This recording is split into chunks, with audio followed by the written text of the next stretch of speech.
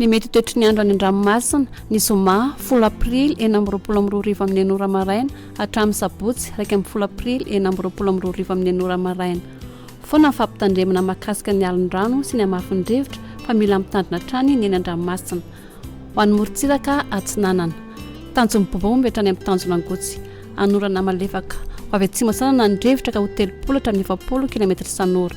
Anonja be na herin'ny ranomasina avo ny onja 5 hatramin'ny 2 metatra hatratra 5 metatra any amin'ny tapany avaratra.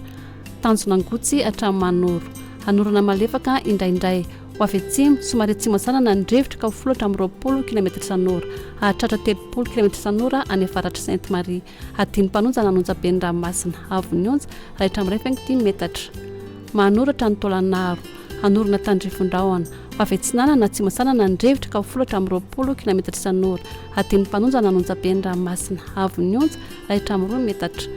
Tolanaro hatrany amin'ny tanjona vohimena andrahoana mahalana ho avy atsinana ny drivotra amin'ny ankapobeny ka ho 20 hatramin'ny 70 km isan'ora hatratra 70 km isan'ora rehefa manakaiky ny tanjona vohimena. Anonja be na herin'ny ranomasina avo ny onja 2 hatramin'ny 3 metatra isy alin-drano avy atsimo. Ho an'ny morontsiraka andrefana tanjona vohimena hatrany amin'ny tanjona kapo andrahoana amin'ny sitokotoko ho avy atsimo na atsimo sanana ny drivotra ka ho 20 hatramin'ny 30 km isan'ora hatratra 30 hatramin'ny 70 km isan'ora any amin'ny tapany atsimo. Anonja be na herin'ny ranomasina noho ny alin-drano avy atsimo avo ny onja 2 hatramin'ny 3 metatra.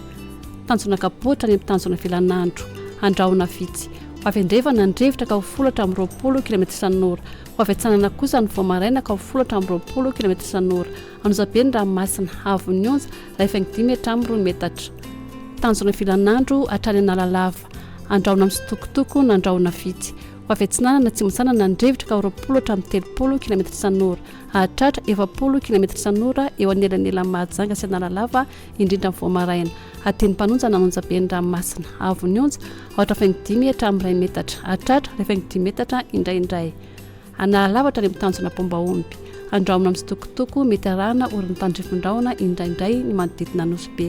Ivaova mitsoka ny drivotra amin'ny faritra voany ka ho 10 km isan'ora ho avy atsimo sanana kosa any akafa ka ho 20 hatramin'ny 70 km isan'ora. Ho tonona adiny mpanonja ny ranomasina avo ny onja latsaky ny 9 metatra.